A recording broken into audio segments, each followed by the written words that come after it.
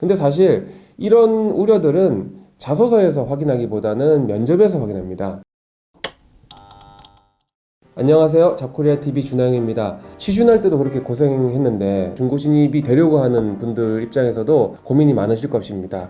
이번 영상에서는 제가 중고신입한테 많이 받았던 질문, 자소서에 직장 경력을 넣어도 되는가요? 라는 질문에 대한 저의 생각을 말씀드리려고 합니다. 저의 생각은 기본적으로 넣어도 됩니다. 밝혀도 됩니다. 본인이 1년 미만의 어떤 직장 경력이 있는데 그것을 자소서에 넣어도 된다는 의미입니다. 근데 만약에 그 첫 번째 회사의 직무와 지금 재취업하려고 하는 직무가 일치하지 않는다면 그건 이런 고민 안 하시겠죠? 근데 이런 고민을 한다는 말은 그게 좀 일치가 되니까 뭔가 어필하고 싶은데 그걸 넣어도 되는지 말아야 되는지 그 고민을 하시는 거잖아요.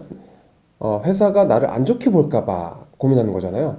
그럼 안 좋게 본다라는 거를 또 구체적으로 말하면 내가 뭔가 문제가 있을까 봐 그게 안 좋게 본다는 건데, 그럼 어떤 문제가 있을까? 그럼 조직 적응을 못할까? 신중하지 못한 것일까? 조직 충성도가 약한 것일까? 자기 멋대로 결정하는 사람이 아닐까? 이런 여러 가지 우려를 회사가 할까 봐 고민하는 거잖아요.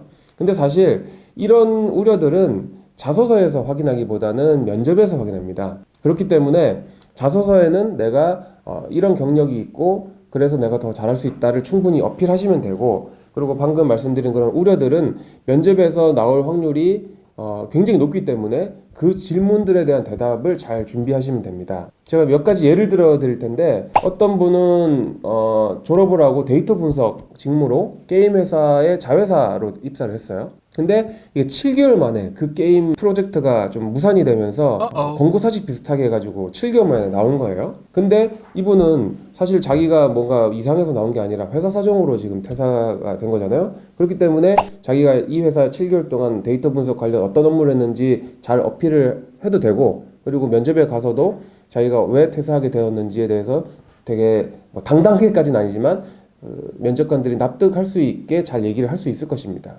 그리고 또 두 번째 사례는 어떤 분은 좀 작은 회사의 마케팅 직무, 그러니까 디지털 마케팅 직무로 입사를 했어요.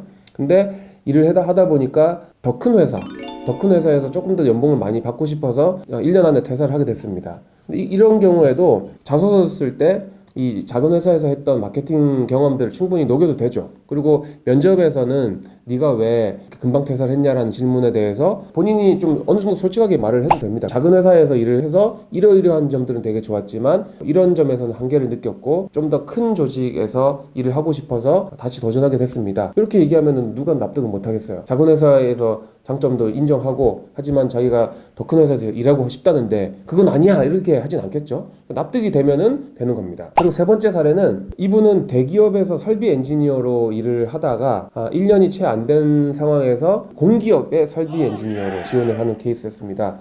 이거 같은 경우도 이 공기업의 설비 엔지니어로 지원할 때 내가 실제 설비 엔지니어로 일을 하면서 느꼈던 배웠던 것들을 충분히 어필하면 되죠. 그리고 공기업의 면접에 가서는 얘기를 하면 되죠. 자기는 사기업에 일을 해봤는데 사기업보다는 공기업이 이러이러한 점에서 일을 하고 싶어서 그래서 지원했습니다. 그러면 납득을 하겠죠.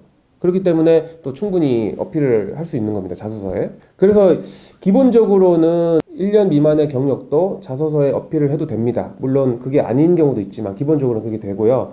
그리고 여러분들이 걱정하는 그런 포인트들은 대답을 잘 준비하시면 되고, 그리고 내가 왜 퇴사하고 왜 지원하게 됐는지에 대해서는 사실 자소서의 지원 동기 부분에서 조금 언급은 할 수 있어요. 근데 거기서 막 구구절절 내가 왜 퇴사했고 그런 것보다는 내가 왜 여기에 지원하는지에 좀 더 초점을 맞춰서 지원하시고, 면접의 기회가 오면 아까 말씀드린 그런 우려에 대한 질문들 잘 준비하셔가지고 대답을 잘 하시면 됩니다. 중고신입 여러분들 지금 자소서 쓰면서 혹시 좀 어려움이 있거나 궁금한 점이 있으면 댓글 달아주시고 제가 최대한 답변을 해드리도록 하겠습니다. 이번 영상은 여기서 마치겠습니다. 감사합니다.